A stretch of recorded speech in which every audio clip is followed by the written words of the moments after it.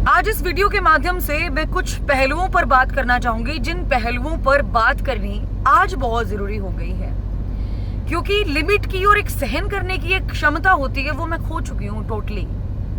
और इंतजार करते करते करते करते आज 1 महीना हो चुका है। और 1 महीना पहले 6 जून को जब मैं जंतर मंतर पर धरना कवर करने के लिए गई थी, अभिषेक दिपके की अगुवाई में जो धरना प्रदर्शन वहां पर किया जा रहा था कॉकरोच जनता पार्टी को लेकर, जो कि 1 दिवसीय ही था सिर्फ और सिर्फ। उसके बाद वो डेट आगे बढ़ाई गई कि आगे से कंटिन्यू करेंगे। और जिस दिन मैं कवरेज करने के लिए गई थी, फोन उस समय हमारे पास था, मेरे पास 2 फोन थे, सैमसंग A73 और सैमसंग S24 अल्ट्रा। और मैंने मार्च में ही वो फ़ोन खरीदा था। और फीचर्स तो आप लोग जानते हैं, मैंने फीचर्स वैसे भी क्यों बताने आप लोगों को। तो उस समय जब अभिषेक दिपके को चक्कर आते हैं और गर्मी की वजह से बहुत ज़्यादा पसीने में लथपथ हो जाते हैं, तो वो मंच से उतरकर गाड़ी की तरफ जाते हैं, क्योंकि उन्होंने सुबह से कुछ नहीं खाया था। तो जैसे ही वो गाड़ी की तरफ जाने लगते हैं तो वहाँ पर धक्का मुक्की बहुत होती है और बहुत ज़्यादा लोग वहाँ पर उनको घेर के उनकी वीडियो रिकॉर्ड करना चाहते थे, कुछ उनके साथ चलना चाहते थे। व्हाटएवर जो भी था वहाँ का सिनेरियो, वो आप लोगों ने सोशल मीडिया के माध्यम से देख लिया होगा। तो उस समय मैं भी थी उस भीड़ के बीच में, मेरा भाई भी था उस समय उस भीड़ के बीच में। और भाई ने दूसरा फ़ोन निकाला वीडियो रिकॉर्ड करने के लिए, और जो सैमसंग S24 अल्ट्रा था वो डाल लिया अपने जेब के अंदर। और उसके बाद जब वो हम लोग मतलब कवरेज वगैरह करने के लिए वहाँ पर गए, कवरेज वगैरह भी करी, मैंने भी एक वॉक थ्रू किया, वहाँ पर लोगों से भी बातचीत की। कुछ CJP के पक्ष में थे, कुछ CJP के पक्ष में नहीं थे, कुछ बोल रहे थे, कुछ बोल रहे थे। तो उसके बाद जब हम लोग आए, एक स्टॉल पर आकर खड़े हो गए जहाँ से हमने पानी वगैरह लेकर पीना था, and I was waiting for my brother there. तो जैसे मेरा भाई आया तो मैंने पूछा कि मेरा फ़ोन कहाँ है। देन ही सेड कि फ़ोन तो तुम्हारे पास ही था। मैंने कहा नहीं, मैंने तुम्हें फ़ोन दिया था। तो उसके बाद जब फ़ोन हमने बैग के अंदर चेक किया, जेब के अंदर चेक किया, हर जगह चेक किया, आसपास खंगाल कर देखा, कहीं पर भी मेरा फ़ोन नहीं मिला। उसके बाद वहाँ पर जो है बहुत बड़े बड़े स्पीकर्स लगाए हुए थे, जो कि अटैच थे एक रूम के साथ में। और उस रूम में हम लोग गए, क्योंकि वो कंट्रोल रूम बनाया हुआ था। और जगह बात पर जो है एक मुनादी करवाई जा रही थी, भाई आप CJP का प्रोटेस्ट खत्म हो गया है, अब आप बाहर जाएं जंतर मंतर से, आप इस रास्ते जाइए, आप उस रास्ते जाइए। तो मुझे लगा कि मैं जाकर वहाँ पर अनाउंस कर देती हूँ that I have lost my phone, अगर किसी को मिलता है तो प्लीज़ आकर वो दे जाएं। उसके बाद मैंने वहाँ पर जाकर मुनादी भी की। मुनादी करने के बाद मुझे वो फ़ोन नहीं मिला मेरा। उसके बाद हम लोग घूमते रहे, हमें फ़ोन नहीं मिला। उसके बाद पता चला कि यहाँ पर जो है बहुत सारी गाड़ियाँ खड़ी हैं। गाड़ियों के मतलब टू बी वेरी ऑनेस्ट मुझे तो नाम भी याद नहीं है, लेकिन जो गाड़ी के ऊपर फोकस करने के लिए मुझे किसी पुलिसकर्मी ने कहा कि आप इस गाड़ी में जाइए, क्योंकि इस गाड़ी के अंदर जो है लोकेशन स्कैनर लगाए हुए हैं, लोकेशन ट्रेसर्स लगाए हुए हैं, आप जाकर शायद अपने फ़ोन की लोकेशन ट्रेस करवा सकते हो। और जब मैं उस गाड़ी की तरफ गई तो पुलिस वालों ने मना कर दिया कि आप लोगों के लिए नहीं है। मैंने कहा जी फ़ोन गुम हुआ है मेरा, तो आप सर्च करके दे दीजिए। उसके बाद मना कर दिया उन्होंने। उसके बाद मैं एक और कंट्रोल रूम में गई जहां पर बहुत सारे कैमरास लगे हुए थे, और उसी कमरे से मुनादी भी करवाई जा रही थी। उसके अंदर मैंने देखा कैमरास लगे हुए हैं। तो मैंने कहा सर मेरा फ़ोन जो है 3:15 बजे तक मेरे हाथ में था, उसके बाद गुम हुआ है, और 4:30 बजे तक सिर्फ ये रिकॉर्डिंग देखनी है, सिर्फ मंच की। आप मुझे वो रिकॉर्डिंग दिखा दीजिए, हो सकता है कि वो समझ में आ जाए कि वो चोर कौन थे कौन नहीं थे। बट उन्होंने मुझे दिखाने से बिल्कुल मना कर दिया, और उन्होंने कहा कि फटाफट जाइए आप FIR दर्ज करवा के आइए। उसके बाद हम लोग जो पार्लियामेंट पुलिस स्टेशन था वहाँ पर हम लोग गए। वहाँ पर जाने के बाद मैंने बताया जी मेरा फ़ोन गुम हो गया, कहाँ पर जाना पड़ेगा। तो उन्होंने एक स्पेशल रूम बनाया हुआ था। मेरे होश उड़ गए जब मैंने जब एंट्री की, क्योंकि वहाँ पर लगभग 50 से 55 लोग ऑलरेडी बैठे हुए थे अपनी शिकायत को लेकर कि हमारे फ़ोन चोरी हो गए। उसके बाद मुझे लगा कि चलो ठीक है, मैं भी शिकायत फटाफट से लिखवा देती हूँ। उसके बाद मेरी 5-7 लोगों ने जब अपनी शिकायत लिखी, उसके बाद मेरी बारी आनी थी। तो उससे पहले किसी व्यक्ति ने मुझे बताया कि 30-35 फ़ोन जो है रिकवर करवा लिए पुलिस वालों ने, एक बार आप जाकर देख कर आइए। उसके बाद जाकर मैं 5-7 मतलब एक दूसरे कमरे में गई। दूसरे कमरे में जाने के बाद मुझसे मतलब पुलिस वालों ने पूछा कि क्या इनमें से आपका फ़ोन है। मैंने कहा जी नहीं, मेरा फ़ोन इनमें से नहीं है। और उसी कमरे के अंदर कम से कम 30-35 लोग भी बिठा रखे थे, जो चोरी करते हुए पकड़े गए थे, यानी कि जो कैमरास के अंदर रिकॉर्ड हुए या कैसे भी रिकॉर्ड हुए, या फिर पुलिस वालों ने उनको पकड़ के वहाँ पर बैठाया। बैठाने के बाद लगातार उनसे पूछे जा रहे थे कि बाकी फ़ोन कहाँ है, आप बता दो किसके गैंग से आप लोग आए हो, ठीक है, सब कुछ उनसे पूछा जा रहा था। लेकिन कोई भी बोलने को तैयार नहीं था। और हालांकि इतनी स्ट्रिक्टली नहीं पूछा जा रहा था, सिर्फ आराम से कि बता दो फ़ोन कहाँ पर है, किस किस के।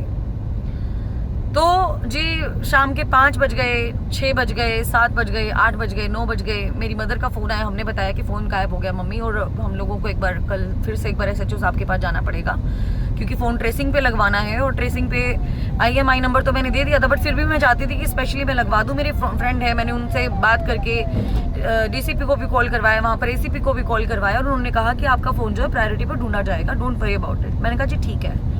आज फ़ोन को गुम हुए 1 महीना हो चुका है, और ऐसे में जो मैंने स्टार्टिंग में कहा था पोल खोलने वाला काम, वो मैं आप लोगों को बताती हूँ कि जब जंतर मंतर पर प्रोटेस्ट किया जाना था 6 जून 2026 को, उससे पहले आप लोगों ने खबर सुनी थी कि हाई रेजोल्यूशन कैमरास वहां पर लगे हुए थे हर एक व्यक्ति की पहचान के लिए। और जब हम लोगों ने जंतर मंतर में एंट्री की थी, जंतर मंतर में एंट्री करने से पहले वहां पर डिटेक्टर भी लगे हुए थे, मेटल डिटेक्टर लगे हुए थे, बकायदा कैमरास लगे हुए थे आपका फेस कैप्चर करने के लिए। उसके बावजूद भी 250 फोन चोरी हुए थे उस दिन, 250 के करीब फोन चोरी हुए थे, जिनमें 6 तो पुलिस कर्मियों के थे, 7 पत्रकारों के थे, लेकिन रिकवरी सिर्फ 1 पत्रकार की हुई, पुलिस वालों के फोन भी गए। तो इतनी सिक्योरिटी और इतना ज्यादा ये ताम झाम करने की क्या आवश्यकता थी, जब आप लोग यही ध्यान नहीं रख सकते कि चोर कौन है कौन। हालांकि किसी के मत्थे पे नहीं लिखा होता, लेकिन पुलिसकर्मी इतने ज्यादा थे कि वो एक एक एक्टिविटी पर नजर रखे हुए थे। बट नजर किस चीज के ऊपर, कि ये प्रोटेस्ट में आगे क्या करने वाले हैं, बजाय इस बात के कि लोगों के फोन चोरी हो रहे हैं। 7-8 हजार लोगों का एक जगह पर आना और 250 लोगों का फोन चोरी होना कोई छोटी मोटी बात नहीं है जी। जिसका फोन चोरी हुआ है उसको पता है कि उसके अंदर क्या क्या डेटा था। जैसे मेरा फोन था ना, मुझे पता है उसके अंदर क्या क्या डेटा था, क्या नहीं था, मेरे लिए कितना ज्यादा इंपॉर्टेंट था। फोन मायने नहीं रखता, फोन का की जो वैल्यू है वो मायने नहीं रखती, फोन का जो डेटा होता है वो मायने रखता है। I'm not full. तो उसको रिकवर कौन करवा के देगा? अब दिल्ली पुलिस ने इतना बड़ा तामझाम किया, वो तामझाम किस बात का? सिर्फ और सिर्फ दिखावे के लिए, सरकार को खुश करने के लिए। और मैं तो खुद कह रही थी कि 30-35 जो लोग बिठा रखे, इनको पीट लो बेशक, इनको 3rd डिग्री टॉर्चर कर दो, क्या पता है निकाल के दे हर किसी का फोन, क्योंकि सबके फोन में डेटा है भाई, सबको अपना डेटा चाहिए, सबके लिए अपना अपना फोन इंपॉर्टेंट है। कई बच्चे ऐसे भी हैं जिन्होंने बड़ी मुश्किल से अपनी पॉकेट मनी इकट्ठा कर करके वो फोन खरीदा होगा, और उसके बाद अपने माँ बाप को जाकर वो क्या जवाब देंगे कि जंतर मंतर पर गए थे, फोन गुम कराए। क्या कोई माँ बाप फिर दोबारा से प्रोटेस्ट में जाने देगा? और अब खबरें नहीं आ रही है वहां से, अब खबरें आ रही है वहां पर सिर्फ बुखड़ताल पर बैठे हुए की, प्रोटेस्ट करते हुए की, प्रेस कॉन्फ्रेंसेस की, हर चीज की। लेकिन ये खबर आपको किसी ने नहीं बताई होगी कि उस दिन 250 फोन गायब हुए थे।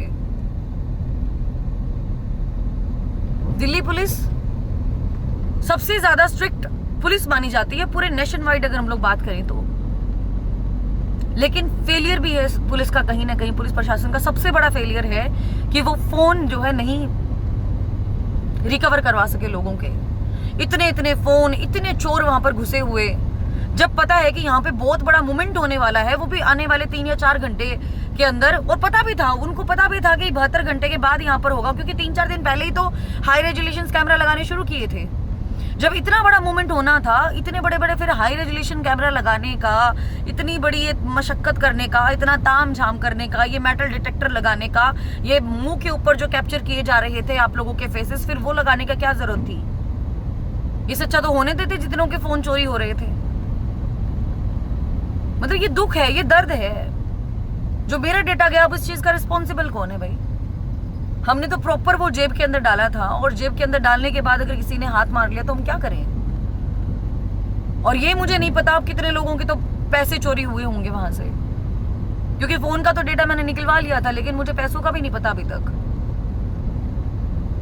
इसीलिए मैं तो आज के बाद अवॉइड ही करूंगी इतने बड़े कोई प्रोटेस्ट के अंदर जाना जहां पर पुलिस, मैं तो सिर्फ और सिर्फ इसी वजह से गई थी कि हाँ सिक्योरिटी अच्छी है वहां पर, देख रेख अच्छी होगी, वहां पर कोई प्रॉब्लम नहीं आएगी। लेकिन मुझे थोड़ा ना पता था कि इतनी बड़ी प्रॉब्लम आ जाएगी सिर के ऊपर। वो तो शुक्र है कि भाई जेब के अंदर हम लोगों ने कैश नहीं डाला हुआ था, कैश अपने बैग के अंदर डाला हुआ था, नहीं तो हमारा तो कैश भी निकलना था। बस यही सारी की सारी चीजें थी जो मुझे बतानी थी। और जिन जिन लोगों के फोन हुए हैं, गुम हुए हैं, वो भी कमेंट करके जरूर बताना। और बाकी पूरी खबर सुनने के बाद आपका क्या मानना है ये भी आप जरूर बताइएगा। And thank you so much for listening the whole video, क्योंकि जो चीज़ थी मन में गड़ी हुई वो निकालना बेहद ज़रूरी होता है, एक अवेयर करना बहुत ज़रूरी होता है। अगर मैं जागरूक नहीं कर पाई तो फिर मेरी वजह से अगर एक भी जागरूक हुआ तो मेरी बहुत बड़ी कामयाबी होगी, और मैं जागरूक नहीं करूँगी तो फिर कहीं ना कहीं फिर मैं अपने आप को हारा हुआ महसूस करूँगी। इसीलिए मैं रियलिटी बोलने से कभी पीछे नहीं हटती, ना मैं कतराती। Thank you so much everyone.